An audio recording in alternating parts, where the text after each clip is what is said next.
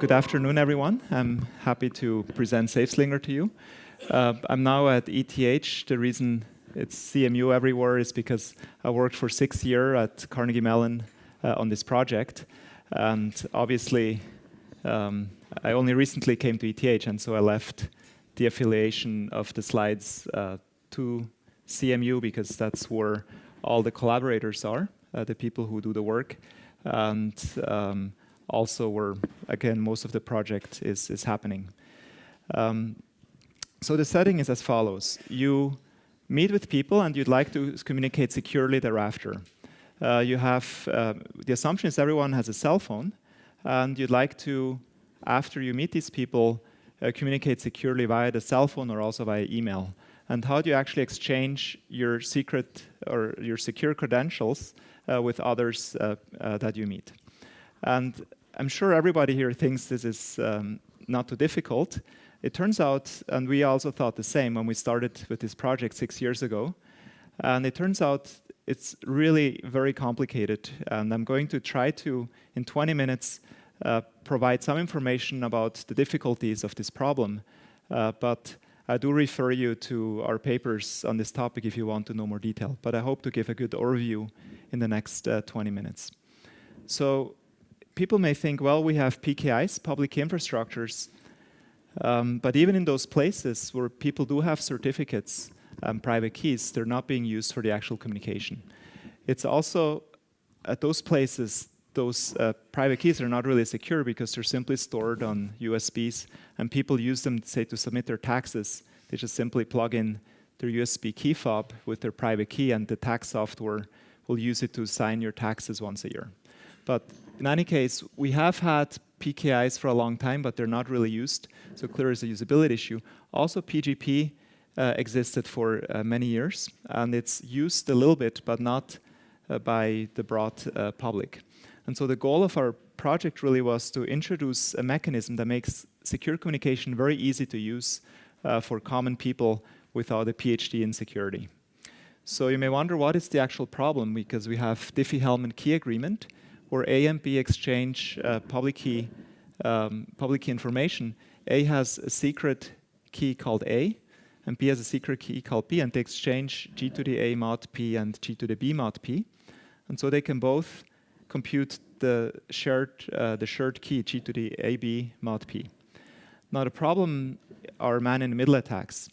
And A may send its public key to the man-in-the-middle, and the man-in-the-middle forwards its own public key to B, and therefore the man-in-the-middle then shares a key with A and a different one with B, and A and B don't notice this. In fact, you may wonder, how serious are these attacks?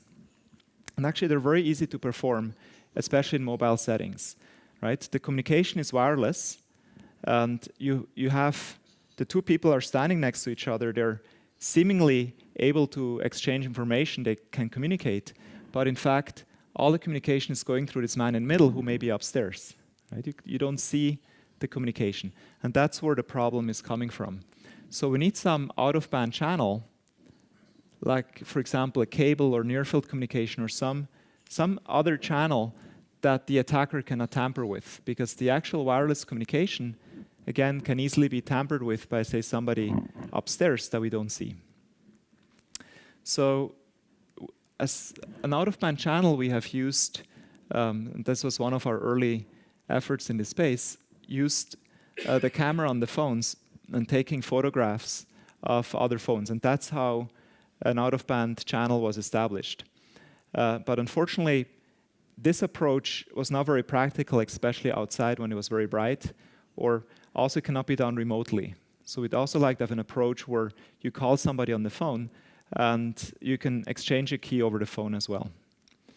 And there have been a lot of out-of-band channels, like password entry, etc., string comparison, comparing the audio, etc. But we do think that none of these really was that easy to use, or also did not satisfy all the properties that we wanted. Moreover, one problem with these out-of-band channels are that they're usually pairwise. Right? So if you have 5 people or 10 people in a room and they all want to exchange their respective public keys, they would have to perform 45 interactions among 10 people, right? So it's the same problem if everybody holds a glass of wine, and how many times do you hear when the glasses touch? And so it's 45. So 45 interactions would have to happen in the room just with 10 people for everyone to exchange their respective information. And so we attempted to make this much simpler. Obviously, this grows a lot if we have a room full of people like here. And our goal was to ensure public key exchange even with multiple group members. And that's actually where the difficulty comes from. So the problem statement that we looked at is we have a group of people, everybody has their phone, and we want to ensure that each individual can only inject a single key or a single piece of information to be exchanged with everyone else. And so essentially each physical embodiment, each physical person only gets one single piece of information to share. And so the protocols we came up with used this physicalness of the person for this information exchange. So essentially, because you cannot split yourself up into two pieces, or if you do it over the phone, you would hear whom you're communicating with. And so these are actually partially also physical protocols, because you can see the people you interact with. And the attacker model we looked at is very strong. We actually did consider NSA-type attackers where the entire communication network would be insecure. However, we do assume that the phone is secure, which is obviously not quite the case, because we've also seen that the NSA apparently gets feeds from Android and iPhones and Blackberries, and that potentially they can even run arbitrary code on people's phones.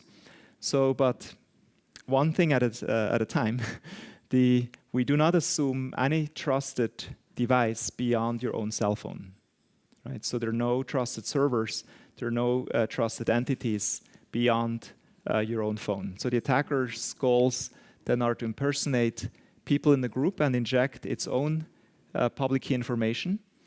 And also some of the people in the group may also be malicious, and they may be also injecting malicious information as well. And so here's one attack we came up with, the group in the middle attack, which actually enabled us to break all the other existing protocols before we got started. And we researched these previous works, and we found out this attack, and then, because all the protocols were broken, we then worked on SafeSlinger. So the way this works is that we have these 4 members, and this red member here is malicious. And so this red member creates these 3 additional virtual identities, and then splits up the group into 2, and creates a protocol that proceeds amongst these 4 people, and then amongst these 4 people. So in this case, the green member is being tricked into accepting these 2 identities instead of this yellow and blue identity, which may well have the same pictures and password, same pictures and name, etc., email address, but a different public key, of course, that then enables later attacks. And so all the protocols are broken. So now this is to just illustrate that the protocol is quite complicated. I just show you the actual protocol. And obviously you cannot read this, and I'm not going to explain it. The only thing I want to demonstrate that there's a lot going on this phone while the protocol is executing. But fortunately, the user sees a very simple interface. So as a user, you simply log in. You have your own password. You have, when you say you want to exchange your public key with people, you pick Begin Exchange. You can select which informations you want to exchange, and you always have to exchange the SafeSlinger keys and push token for then the later messaging. Then you need to pick how many people are present. Then we do use a backend server in order to enable communication, because if you have local phones, they can actually not directly communicate with each other. You could say Bluetooth, but iPhones cannot talk to anything but Apple devices except headsets and Wi-Fi Direct, etc. There are a lot of problems with these technologies. So the simplest and a common denominator we could find was a internet-based exchange server, but that server is totally untrusted. But for that server to know who wants to exchange information, the users need to select which is the lowest number amongst all the users. So essentially, a server gives a unique number to each user, and then they pick the lowest amongst all users, enter it, and like this, the backend server will know who is trying to establish a key. So the user, just to go back, says begin exchange, picks how many people, compares this number with everyone else in the group, enters the lowest number, and then the next step is the users have to compare which set of words is the same on the other phones. So you need to pick, and so for example, Transit Nebula Egghead would be the common word displayed on all the phones, because only one of these will match with everyone else. The other ones will not match. Then if everybody really picks the correct value, then you're getting the other people's information, and you can import it, and then you have their public keys. Now, once you have their public keys, security becomes easy, secure communication, right? You can do secure group communication or secure point-to-point communication by using this Diffie-Hellman protocol I showed earlier.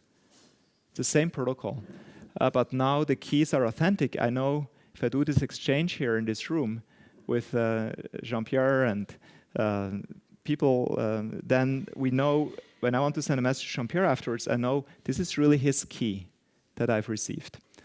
Now, and so we provide this interface where you set the recipient and put in a secret message or a file, and you can send it, and the other person can tap and then decrypt, download the file, or get the message, and it's instant communication. So if you look at this from a user perspective, this is really very, very simple. And we've shown this we've literally dragged people off the streets for user studies in exchange for some money, of course. And everybody could very easily use this. And we believe that the level of security of this mechanism is such that we believe that even the NSA should not be able to read these messages.